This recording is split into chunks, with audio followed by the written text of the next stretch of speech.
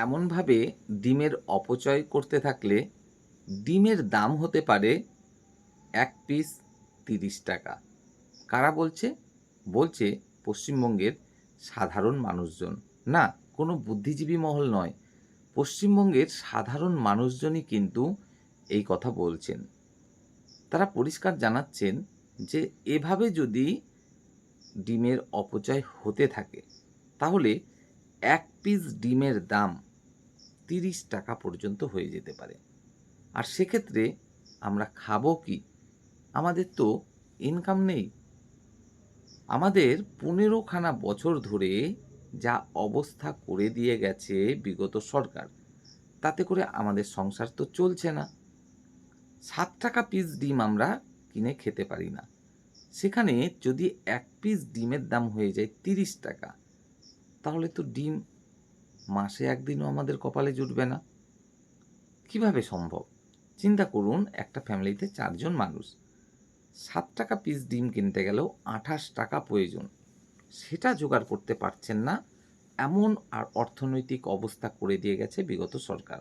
গত ১৫ বছর ধরে সমস্ত যে স্বপ্ন, আশা সমস্ত কিছু শেষ করে দিয়ে গেছে। পেটে ভাত জুটছে না মানুষজনের। কেন? কাজকর্ম নেই।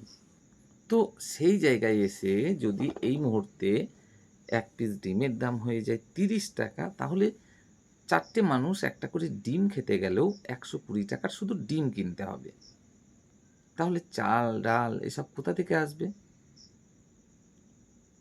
তো যাই হোক, আমরা দেখলাম রাজ্যে পালাবদল ঘটল, যেটা টিএমসি নেতা-নেত্রীরা কখনো ভাবতেই পারেননি। কেন পারেননি? সকলেই এটা ধরেই নিয়েছিলেন যে মুসলিম ভোট ওটা 100% আমরা পেয়ে যাব। হিন্দু ভোটের মধ্যে যে মহিলা ভোট, সেটাও মোটামুটি 90% আমরাই পাব।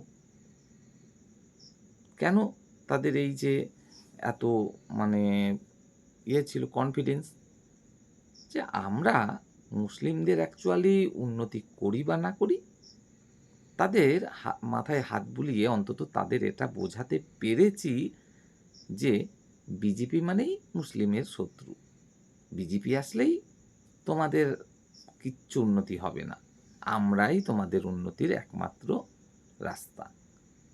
যদিও বা বাস্তবে এটা কখনোই সত্য নয়। তারপরেও এটা বোঝাতে পেরেছিলেন। তাই এত কনফিডেন্স ছিল যে মুসলিম ভোট 100% আমাদের। আর এই যে ৳১৫০০ তার মাধ্যমে হিন্দুদের যে মহিলা ভোট তারও 90% আমাদের। তার সাথে যুবসাথী দিয়ে যুব সম্প্রদায়ের ভোটটাও আমরা নিয়ে নেব।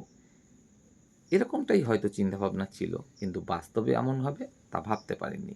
অবশেষে কী হলো? পালাবদলও ঘটল এবং যেভাবে ডিমের অপচয় হচ্ছে সত্যি তাতে করে ডিমের দাম বৃদ্ধি পেতে বাধ্য। তো রাজ্যবাসীকে এটুকুই অনুরোধ করব যে দেখুন, যে চোর সে চুরি করেছে, সে ধরা পড়ছে, ঠিক আছে, ওনাকে শাস্তি দিন আইনের মাধ্যমে। ডিমের অপচয় প্লিজ করবেন না, আর ডিমগুলোকেও অপমানিত করবেন না।